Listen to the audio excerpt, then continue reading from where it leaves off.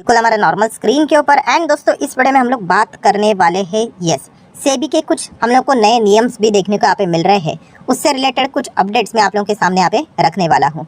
सो देखा गया तो 4 पॉइंट्स को हम लोग कवर करेंगे स्टेप बाय स्टेप। उसमें से देखा गया तो 3 खबरें हम लोग को ऑफिशियली आती हुई देखने को मिली है, एक ऐसी खबर है जो कि बाद में हम लोग को जरूर देखने को यहाँ पे मिल सकती है।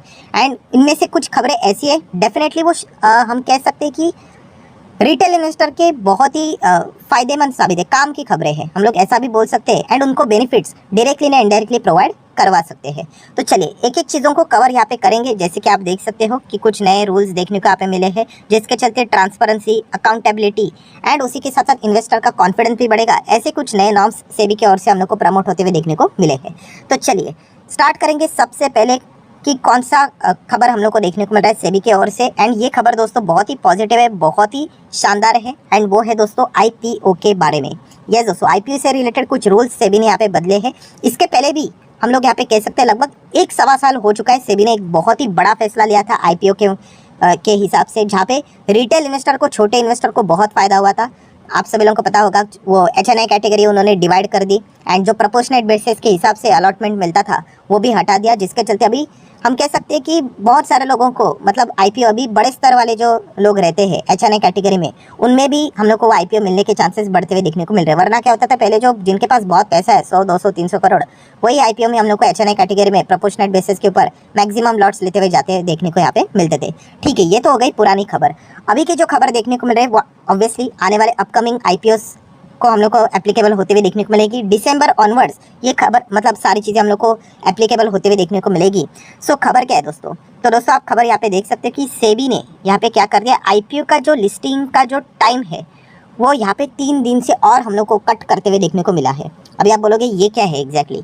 तो दोस्तों आप सभी लोगों को यहाँ पे मैं बताना चाहूँगा कि आईपीओ जब भी लाया जाता है, आपने देखा होगा कि वो ओपन होता है 3 दिन के लिए, उसका टाइम ओपन रहता है कि आप अप्लाई करो करके, और जैसे वो क्लोज हो जाता है उसके बाद अगर हम लोग बात करें दोस्तों तो T+6 का टाइम यहाँ पे चलता था कि जैसे ही यहाँ पे जिस दिन हम लोग को ये सारी चीज़ें क्लोज होते हुए देखने को मिलती है, उसके 6 दिन के बाद हम लोग को उसकी क्या देखने को मिलती थी? यस, लिस्टिंग देखने को यहाँ पे मिलती थी।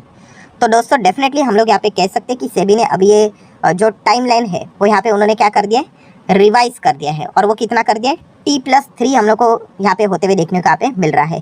सो डेफिनेटली हम लोग कह सकते हैं कि इस चीज़ के चलते, T+3 के चलते बहुत कुछ बेनिफिट्स अभी हम लोग को आने वाले समय में इन्वेस्टर को, या फिर आप बोल सकते हैं जो भी आईपीओ में अप्लाई करते होते होंगे, उनको हम लोग को ये सारी चीज़ फ़ायदा मिलते हुए देखने को यहाँ पे मिलने वाला है। अगर हम लोग बेनिफिट्स की बात करें, ठीक है, तो आप बोलोगे क्या बेनिफिट्स है? तो जैसे मैंने आप लोगों को यहाँ पे बताया कि पहले 6 दिन लगता था, ठीक है, बहुत ज़्यादा इंतजार करना पड़ता था। अभी 3 दिन के अंदर अंदर ही क्या हो जाएगा? यस, वो कंपनी शेयर बाजार में लिस्ट यहाँ पे हो जाएगी। तो ज़्यादा टाइम गैप यहाँ पे रहा नहीं।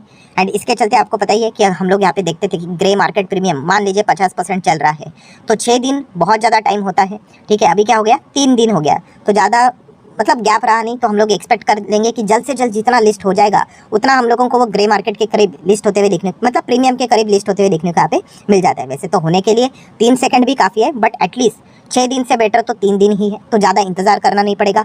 उसी के साथ साथ और बेनिफिट क्या है? यस, सबसे इंपॉर्टेंट बेनिफिट ये है कि पैसा आपका ज़्यादा ब्लॉक नहीं रहेगा। आपको पता है कि आप आईपीओ में पैसा लगा देते हैं तो वो ब्लॉक हो जाता है, 6-6 दिन तक मिलेगा नहीं। उसके बाद रिफंड में भी हम लोगों ने देखा था कि टाइम अभी ये सारी चीज़ें फटाफट हो जाएगी, तो ज़्यादा टाइम तक आपका पैसा ब्लॉक नहीं रहेगा। एंड बहुत सारे मल्टीपल अगर आईपीओ आ जाएंगे तो यहाँ पे अगर आपको नहीं मिला तो तुरंत वो पैसा आप दूसरे आईपीओ में लगा सकते हैं। सो ये उसके बेनिफिट्स हम लोग को देखने को यहाँ पे मिल जाएंगे। बट मैं वापस इस चीज़ को हाईलाइट करना चाहूँगा दोस्तों कि सेबी ने कहा है कि ये सारी चीज़ें मैंडेटरी, मतलब जो भी आईपीओ लाएगा उसको ये सारी चीज़ें फॉलो करनी पड़ेगी 1 दिसंबर 2023 से। बट फिर भी उसके पहले भी आ सकता है क्या? हाँ, आ सकता है। तो वॉलेंटरीली अगर हम लोग बात करें, अगर कोई भी कंपनी अगर ये खुद से लाना चाहती है तो वो 1 सितंबर से ये सारी चीज़ों को यहाँ पे अलाउ कर सकती है। तो देख लेते हैं कौन कौन से आईपीओ ये खुद से यहाँ पे करते हैं। वरना वैसे भी बाय डिफॉल्ट 1 दिसंबर 23 के बाद तो हर किसी आईपीओ को क्या करना पड़ेगा? 3 दिन के अंदर अंदर लिस्टिंग यहाँ पे करवानी पड़ेगी। तो डेफिनेटली हम लोग यहाँ पे कह सकते हैं इसका फ़ायदा हम लोग को मल्टीपल पर्पस के थ्रू यहाँ पे अलग अलग इन्वेस्टर को, कंपनीज को होते हुए देखने को यहाँ पे मिल जाएगा। सो ये तो हो गई पहली खबर, जो कि बहुत ही शानदार खबर थी। T+6 से T+3 तक ये सारी चीज़ें आती हुई देखने को मिली है। देन दोस्तों आ जाते हैं दोस्तों सेकंड इंपॉर्टेंट खबर की ओर। सेकंड इंपॉर्टेंट खबर है दोस्तों FPI, मतलब जो विदेश के इन्वेस्टर है जो भारत के इक्विटी बाजार में निवेश करते हैं तो उनसे रिलेटेड कुछ रूल्स सेबी ने यहाँ पे बदल दिए हैं। तो वो रूल्स किस माध्यम से रिलेटेड है? क्या उन्होंने पैसा ज़्यादा कम लगाना चाहिए उससे रिलेटेड? नहीं, आप जितना लगाना चाह रहे हो लगाओ। डिस्क्लोजर वाले नियम उन्होंने बदल दिया। डिस्क्लोजर मतलब कि दो चीज़ें देखने को मिल रही कि सेबी ने यहाँ पे बताया है कि मान लीजिए अगर कोई फॉरेन पोर्टफोलियो मतलब विदेश के जो इन्वेस्टर है वो इंडिया में निवेश कर रहे हैं, ठीक है, एंड उनका निवेश एक पर्टिकुलर कॉर्पोरेट ग्रुप में, बहुत अच्छे से सुन लेना, कॉर्पोरेट ग्रुप की बात करें। अभी कॉर्पोरेट ग्रुप मतलब हम लोग पकड़ लेते हैं, चलो एक टाटा का एग्जांपल ले लेते हैं, ठीक है। XYZ फॉरेन इन्वेस्टर है, वो टाटा मोटर खरीदता है, वो TCS खरीदता है, वो टाटा कम्युनिकेशन खरीदता है, टाटा कंज्यूमर खरीदता है, टाटा स्टील खरीदता है। इन सब में अगर इसकी जो टोटल है इन्वेस्टमेंट है वो 50% से ज़्यादा निकल जाती है ऊपर, ठीक है। इक्विटी के हिसाब से हम लोग अगर बात करें, ग्रुप की बात हो रही है, एक एक शेयर की बात नहीं हो रही है, टोटल अगर ग्रुप की बात करें, हाँ, तो उसको क्या करना पड़ेगा, उसको जो भी निवेशक है जो ना यहाँ पे पैसा लगा रहे उनका डिटेल, नाम, सब कुछ डिस्क्लोज करना पड़ेगा, ठीक है। तो ये एक नया रूल यहाँ पे इंट्रोड्यूस होते हुए देखने को यहाँ पे मिला। इसके चलते ट्रांसपेरेंसी बढ़ेगी। प्लस उसी के साथ साथ एक और नया नियम फॉरेन इंस्टीट्यूशनल इन्वेस्टर के लिए है कि मान लीजिए अगर आप किसी XYZ इक्विटी में यहाँ पे निवेश, ऑब्वियसली आप इक्विटी मार्केट में निवेश यहाँ पे कर रहे हैं एंड अगर आपका इन्वेस्टमेंट 25,000 करोड़ से ज़्यादा निकल जा रहा है, कितना, 25,000 करोड़, तो भी आप लोगों को सेम वो डिस्क्लोजर यहाँ पे देना पड़ेगा। मतलब जो बड़ा पैसा इंडियन मार्केट में लगा रहे हैं तो वो पैसा कहाँ से आ रहा है ये डिस्क्लोज हो जाएगा। ये यूजुअली उन्होंने इसलिए किया, ये जो अभी अदानी वाला इशू देखने को मिला तो जो ये सवाल पूछे गए थे तो इससे रिलेटेड आपको पता ही है, पहले इस प्रकार की चीज़ें नहीं थी तो पता ही नहीं चल रहा था कि किसने पैसा लगाया, इसके पीछे है कौन। तो ये सारी चीज़ें अभी हम लोग को सेबी की ओर से अपडेट होते हुए देखने को मिले। इसके चलते जैसे मैंने आपको बताया, यस, ज़्यादा ट्रांसपेरेंसी हम लोग को देखने को यहाँ पे मिल जाएगी। सो ये एक सेकेंड रूल देखने को मिला है जो कि एक अच्छी बात है। तीसरे नियम की अगर हम लोग यहाँ पे बात करें तो वो अटैक होने वाला था दोस्तों म्यूचुअल फंड की ओर। सो वो अटैक फिलहाल तो नहीं हुआ। मतलब क्या है, तो म्यूचुअल फंड आपको पता है एक्सपेंस रेशियो रहता है इनका, तो वो एक्सपेंस रेशियो कम करने वाले थे। तो कम करेंगे मतलब एज अ कंज्यूमर, मतलब जो भी पैसा इसमें लगाते थे उनके लिए अच्छी बात थी, but yes mutual fund companies के लिए फिर वो खराब खबर हो जाती। एक्सपेंस रेशियो के चलते जितनी उनकी कमाई होती थी वो और कम हो जाती थी।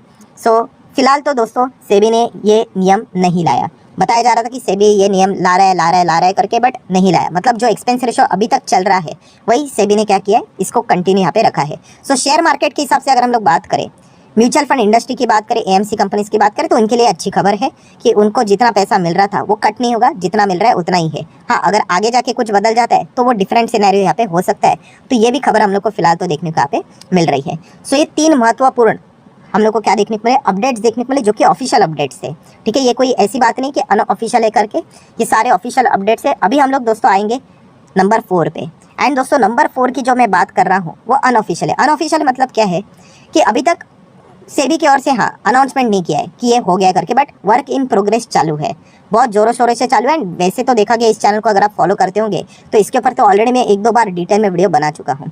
कौन सी चीज़ दोस्तों, तो दोस्तों वो है स्टॉक बायबैक से रिलेटेड। यस दोस्तों, शेयर बायबैक जो कंपनी यहाँ पे करती है, आप सभी लोगों को पता ही होगा कि इसके पीछे कितने टाइप होते हैं। शेयर बायबैक के 2 ही टाइप होते हैं। कौन सा वाला, एक टेंडर वाला होता है एंड एक ओपन वाला होता है। एंड जब भी बायबैक की खबर आती है तो एज अ इन्वेस्टर हम लोग कौन सी खबर का इंतज़ार करते हैं भाई, वो टेंडर वाला बायबैक निकले। क्यों? क्योंकि टेंडर वाले बायबैक में आप लोगों को एक्चुअल में बेनिफिट होता है कि कंपनी बोलेगी इतना इतना शेयर का प्राइस हम लोग रख ले हैं, आप चाहो तो हमें शेयर्स दे दो। एक्सेप्टेंस रेशो जितना बनेगा उतने शेयर्स का आप लोगों का पैसा अकाउंट में क्रेडिट हो जाएगा। सो इससे डायरेक्ट बेनिफिट होता था।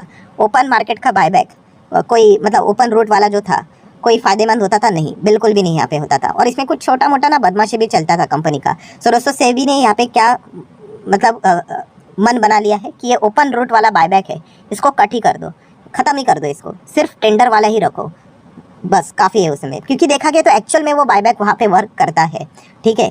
सो अगर टेंडर वाला बायबैक रहेगा तो रिटेल इन्वेस्टर के लिए, हर किसी इन्वेस्टर के लिए अच्छी बात होगी, वो डायरेक्टली अप्लाई यहाँ पे कर सकता है, कोई कन्फ्यूजन नहीं रहेगा। एंड सबसे इंपॉर्टेंट बात ये भी बताया जा रहा है कि साल में आप एक ही बायबैक ला सकते थे इसके नियम के पहले, तो बोला जा रहा है कि साल में आप चाहो तो 2 बार भी आप बायबैक यहाँ पे ला सकते हो करके, ठीक है। अभी ये सारी अनऑफिशियल खबरें इसके ऊपर वर्क करते हुए देखने को मिल रहा है। जैसे चीज़ें एप्लीकेबल हो जाएगी तो मार्केट में एक अच्छा खासा माहौल बनते हुए देखने को मिल जाएगा। एंड ये सारी खबरें अगर देखा गया, इतना बायबैक करने के लिए पैसा किसके पास होता है, फ्री कैश बैलेंस शीट में, IT कंपनीज के पास। बाकी अगर सेक्टर देखा गया तो उनके लिए इतना कुछ ये मतलब खबर तो रहेगी बट उतना उनके लिए कोई खास फायदेमंद नहीं होगी। IT सेक्टर वालों के लिए, शेयर होल्डर्स के लिए ये खबर बहुत फायदेमंद साबित हो सकती है अगर आती है तो इसका भी इंतजार बहुत सारे लोग यहाँ पे फिलहाल तो कर रहे हैं।